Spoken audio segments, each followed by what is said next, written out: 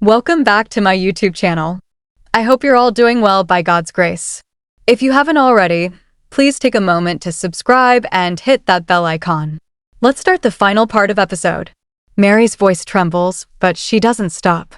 She admits she's exhausted, tired of pretending, tired of hiding the truth about how deeply she's been hurt, even physically affected by the stress and emotional damage. Then she says the line that freezes the entire courtroom: "I'm not the angry wife. I'm the final witness." The air shifts instantly. It's no longer just testimony, it's a reckoning. The judge prepares to move forward with a preliminary decision, but outside the courthouse, chaos erupts. Protesters chant, cameras flash, reporters shout over one another, and then something unexpected happens. Someone arrives. Someone no one, not even Meri, was prepared to see. Inside, the courtroom falls into a heavy silence. Not respectful silence, but stunned silence. The kind that follows an explosion no one saw coming. Meri's testimony lingers in every corner of the room. The last witness. The woman who stayed long enough to see everything burn to ash. Kody hasn't spoken. Robyn won't even look up.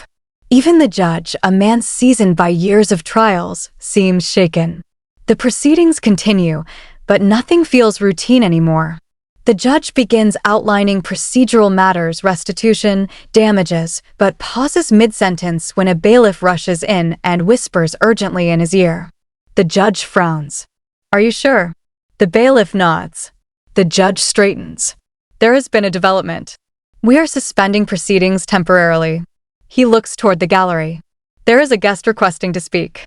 Not a witness, not a party to the case, but exceptionally relevant. Whispers spread like wildfire. Then the doors open. Leon Brown walks in. Meri's child, grown, composed, unwavering, steps into the courtroom that once tried to erase their mother. Robyn gasps. Kody stiffens.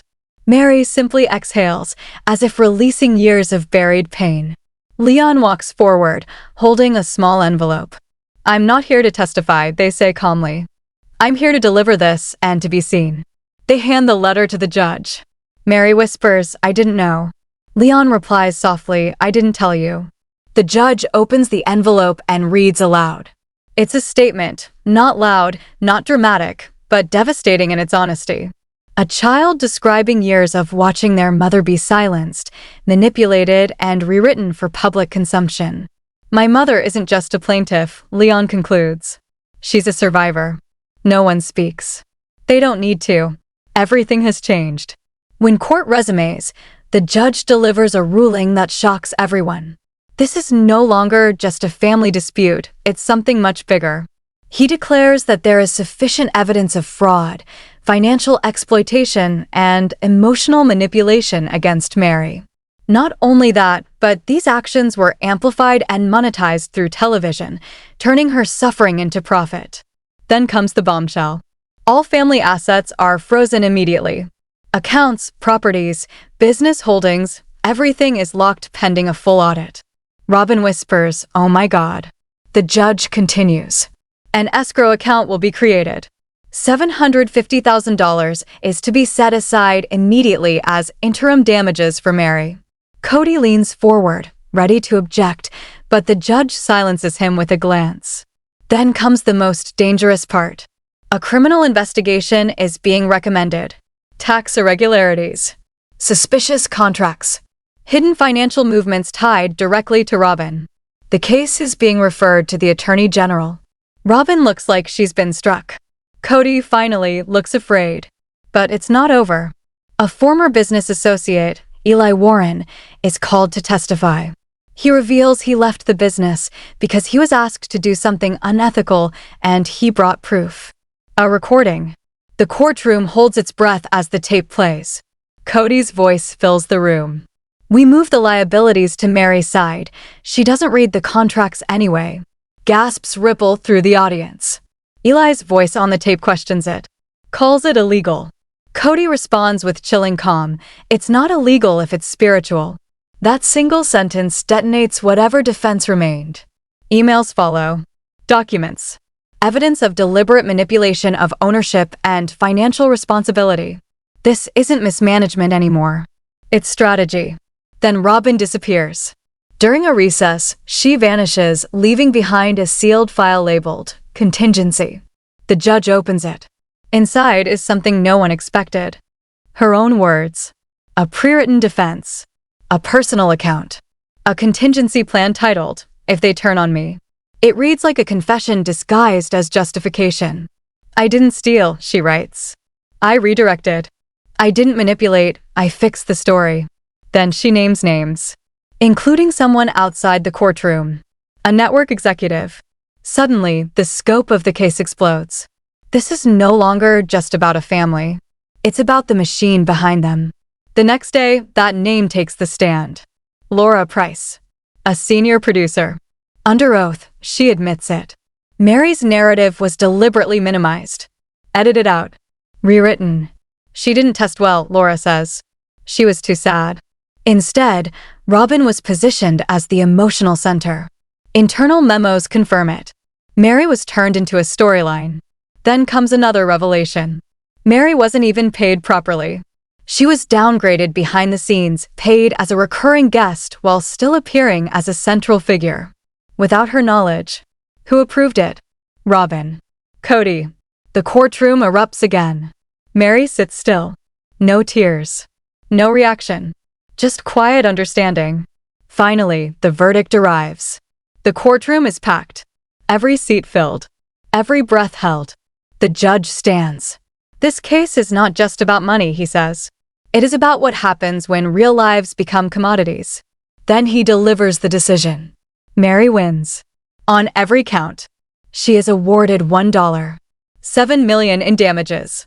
All assets will be restructured under independent supervision. And the case is formally referred for investigation into the network itself, for manipulation, exploitation, and unpaid labor. The room explodes not in chaos, but in release. Truth has finally surfaced. Meri stands slowly, not victorious, but peaceful. As she walks past Kody, she says quietly, "You could have stopped it." He doesn't respond, because he knows she's right. Outside, the world is waiting. Cameras flash. Crowds chant. Supporters cheer. A young girl hands Meri flowers. "You helped more people than you'll ever know." Meri smiles gently. Then a voice cuts through the noise. "Meri." She turns. Robyn stands there.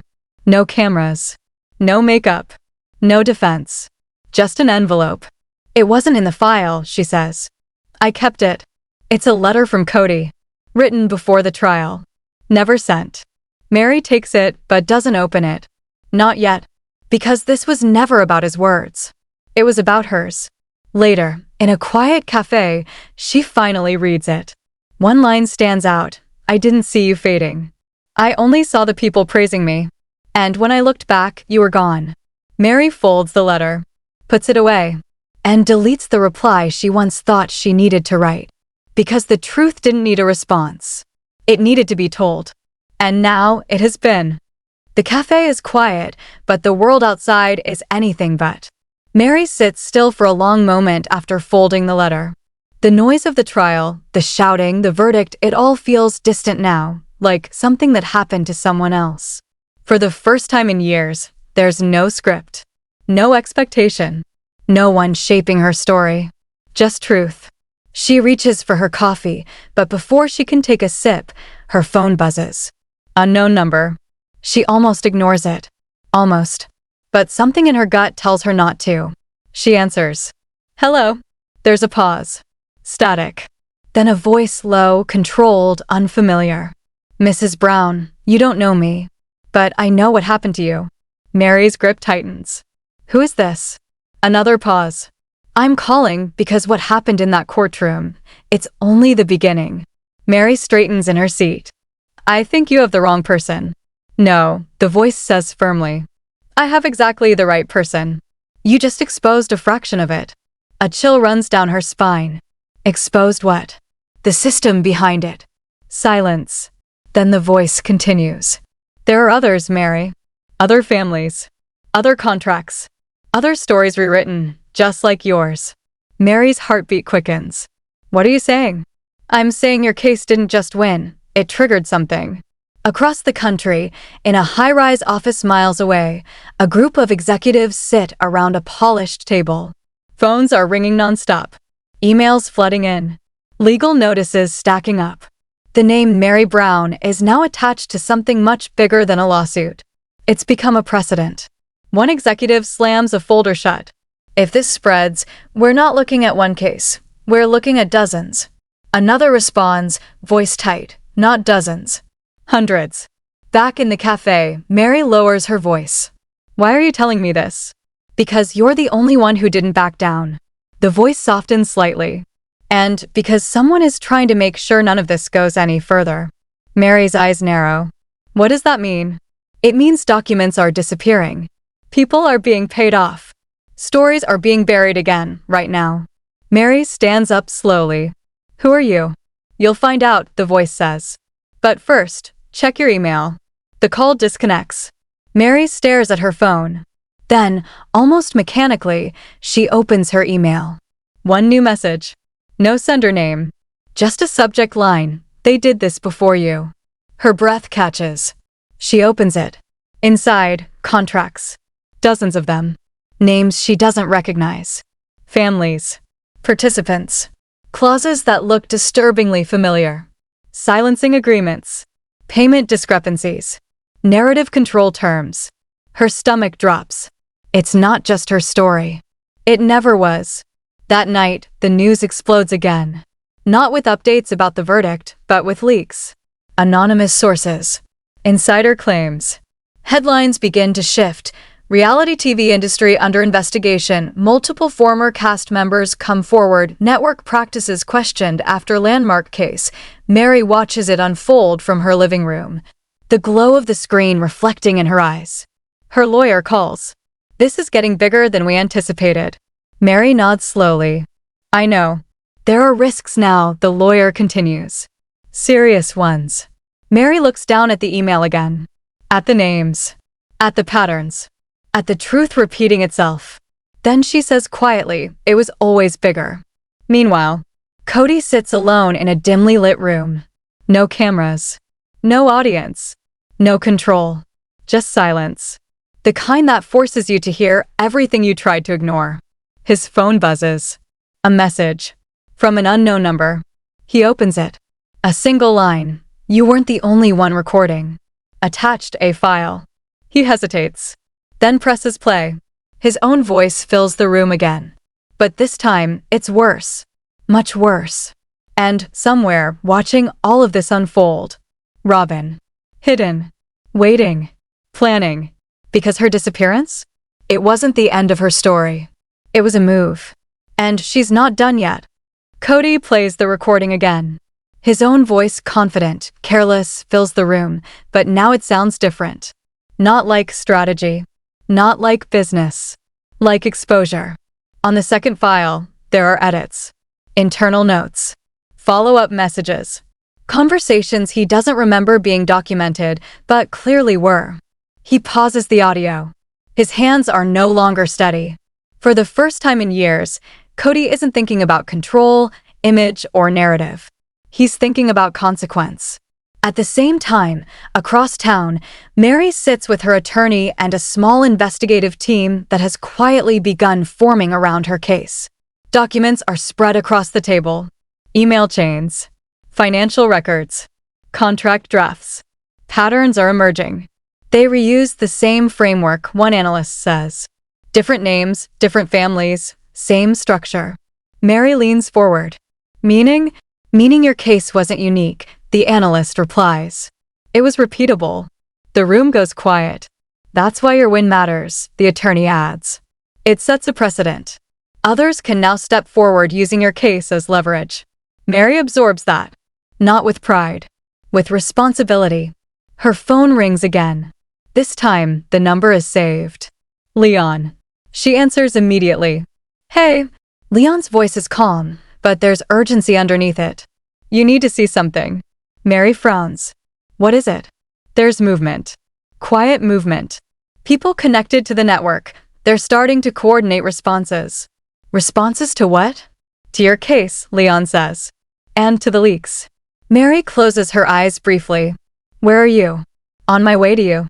Within hours, Leon arrives. They sit together at the same cafe, but this time, it doesn't feel peaceful. Leon places a folder on the table. I got this from a contact who works in media compliance. Meri opens it. Inside are internal memos. Not from one production team, but from multiple. Different shows. Different casts. Same language. Same clauses. Same patterns of narrative shaping. Meri flips through page after page. This isn't just one family, she says quietly. Leon shakes their head. No, it's a system. Meri leans back. And my case exposed it. Leon nods. And now they're trying to contain it. Back at the network offices, panic is no longer subtle. Legal teams are mobilizing. Crisis communication strategies are being drafted. Emails are marked urgent. Meetings are behind closed doors. A senior executive reads a briefing aloud. If additional plaintiffs emerge referencing the Brown case, liability exposure increases exponentially. Another voice responds, so we control the narrative. Silence. Then, can we? No one answers immediately. Because the truth is already slipping out. That evening, Meri receives another message. This one is different. Not anonymous. Not vague. A name. And a request. Meet me. She stares at the screen. The name attached is someone she recognizes. Someone from the production side. Someone who never spoke publicly before. Her attorney warns her, this could be a setup. Leon adds, or it could be the beginning of more people coming forward. Meri thinks for a long moment. Then she stands. I'm going. The meeting takes place in a quiet, neutral location. No cameras. No press. Just a small room with a table and 2 chairs. When Meri enters, the person is already there. They look nervous. Not like someone meeting a celebrity. Like someone carrying something heavy for too long. I wasn't sure you'd come, they say. Meri sits across from them. I wasn't sure I should. A faint, uneasy smile appears. Fair. Silence lingers for a moment. Then the person slides a USB drive across the table. Meri doesn't touch it immediately. What's this? The person exhales. More than your case. Meri's expression tightens. Explain. I worked in post-production, they say. I saw edits. Cuts. Notes from producers. Guidance on how people should be portrayed. Meri listens, unmoving. And your story wasn't the only one altered, they continue. But yours was used as a template. Meri's voice drops. A template for what? For how to isolate someone, they say. How to shift sympathy. How to redirect attention. How to control audience perception while keeping everything technically within contract. Meri finally picks up the USB. And this proves it? The person nods. It supports it. Meri studies them. Why are you giving this to me? There's a long pause. Then, because you were the first one who fought back publicly and survived it. Meri leans back slowly. And now? The person meets her eyes. Now there are others ready to speak, but they need to know they won't be alone. Outside, the world continues to shift. More headlines. More whispers. More pressure building beneath the surface. What started as one courtroom case is now becoming something far larger. Not just a legal battle. Not just a family dispute. But a ripple that is beginning to spread outward, touching contracts, networks, careers, and long-held systems that were never meant to be questioned. Meri steps out into the night air after the meeting. Leon is waiting. Well, they ask. Meri looks ahead, toward the city lights. This isn't over, she says. Leon nods. No, it's evolving. Meri slips the USB into her bag. Then she adds quietly, and this time, we're not the only ones watching. The night feels different now. Not quieter, just heavier. Meri sits in her car for a long moment before starting the engine, the USB drive still in her bag like something fragile and dangerous at the same time. Leon waits in the passenger seat, watching her, not rushing her. You're thinking about what this means, Leon says. Meri keeps her eyes forward. I'm thinking about what happens next. Leon nods slightly. That's the same thing. By the time Meri gets home, the house feels unfamiliar. Not unsafe, just changed. Like everything in her life has been quietly recontextualized. She locks the door behind her and immediately checks her phone again. No new messages. But that almost feels more suspicious than activity. Her attorney had warned her, silence can mean preparation. Leon had said something similar. When systems feel threatened, they don't react loudly at first, they stabilize. Meri places the USB drive on the table, stares at it, then finally plugs it into her laptop. The files load slowly. Folder after folder. Metadata timestamps. Labels that are intentionally vague. Cuts _ season 16, internal edits _ final, narrative _ alignment, confidential _ notes. Meri clicks the first file. A video opens. It's raw footage, unpolished, unedited. A scene she vaguely recognizes, but not how she remembers it. She watches closely, then notices something immediately. The tone is different.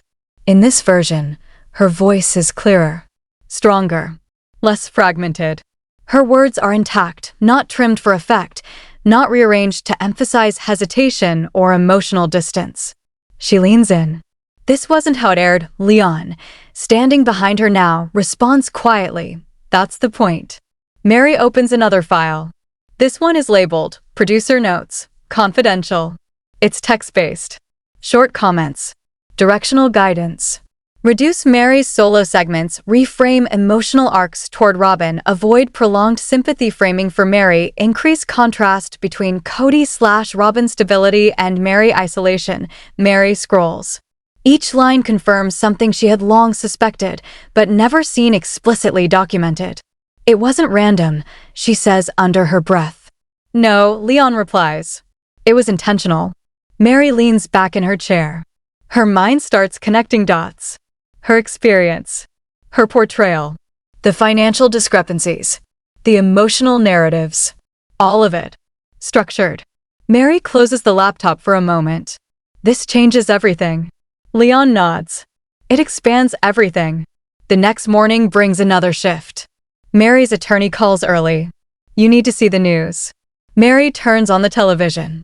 Breaking headlines are already rolling.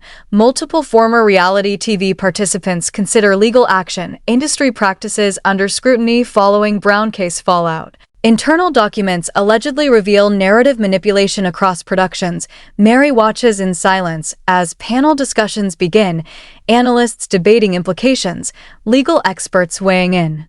This is no longer contained. It's spreading. Her phone rings again. Unknown number. She answers cautiously. Hello. A different voice this time. Calm. Professional. This is not a threat, the voice says. I'm calling as a representative for a group of individuals connected to similar contracts. Meri doesn't respond immediately. The voice continues. Your case gave people a reference point. Before that, they didn't have language for what they experienced. Meri steps away from the television. And now? Now they do.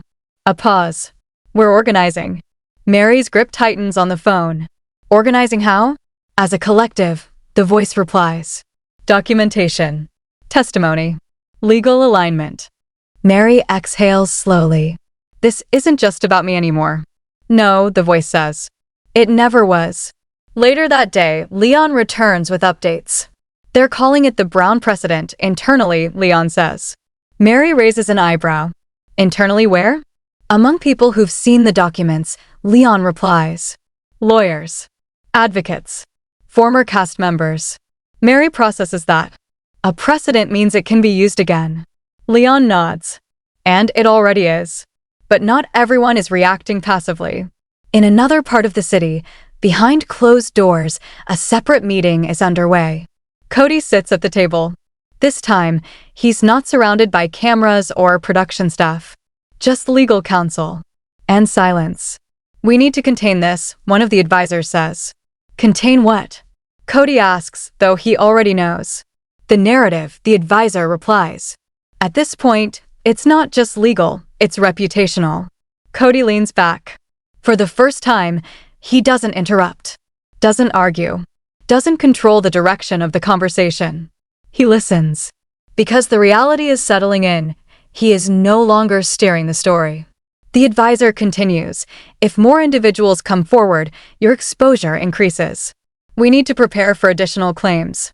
Kody finally speaks. Are they going to come forward? The advisor hesitates. They already are. That evening, Meri receives one more message. Not anonymous. Not corporate. Not legal. Personal. A short video file. She hesitates before opening it. Leon is beside her. Do you want to wait? Meri shakes her head. No. She presses play. The video shows a woman she doesn't recognize at first, sitting in a simple room, speaking directly to the camera. My name is not important, the woman says. But my experience is similar to yours. Meri watches closely. The woman continues, I stayed silent for years. I thought I was alone. I thought speaking up would destroy everything. She pauses. But after your case, I realized something. Meri leans forward slightly. I wasn't alone. I just didn't have proof others had survived it too.